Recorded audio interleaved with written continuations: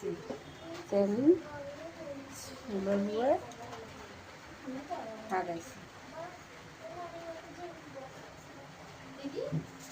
প্রথম ওটা কি জিনিস? এটা এটা এখানে কি কি আছে? এটা সর্ষে আদা রসুন দিচ্ছেন যে ওগুলো কি? এগুলো বলতে হবে। ওগুলো কি? পাঁচফোড়ন, পাঁচফোড়ন, তেজপাতা, পাঁচফোড়ন। এটা দিলে কি হয়? এটা দিলে তাহারি খান হয়।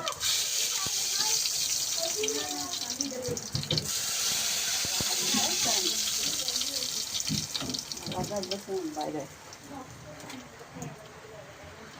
এগুলো কি কি দিচ্ছেন? এটা পেঁয়াজ, এটা পেঁয়াজ, কাঁচামরিচ,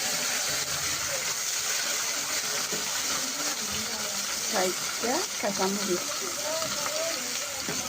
এটা পেঁয়াজ, কাঁচামরিচ, আদা রসুন। এটা হবে যে কি? ইলিশ মাছের কি হবে যে? পাতুরি হবে, ইলিশ মাছের এটা কি সরষে বাটা? এটা সর্ষে বাটা। ইলিশ মাছের পাতুরির মধ্যে সর্ষে বাটা, আদা রসুন, পেঁয়াজ বাটা, তারপরে গরম মশলা, জিরা সব লাগে। সাথে তো টমেটো দিচ্ছেন মনে হয়। হ্যাঁ, তাহারি লামাই মাছের টমেটো দিয়া থাকাই লামাই ফেলাই। 4টা কাঁচামরিচ ফালা ফালা করিয়ে দিতে হবে, গুটিয়ে দিতে পারে, ফালা করিয়ে দিতে পারে। তারপরে মরিচটা দিয়ে ভালো করে কষা ফেলা হবে। আপনার গ্রামে তো সবাই চলে আসছে, ওরা তো খেতে চলে আসছে আপনার রান্নার গ্রামে।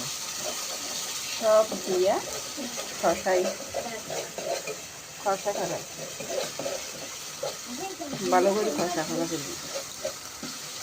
মানে 5 মিনিটে 6 মিনিট খসা ফেলবি দিয়া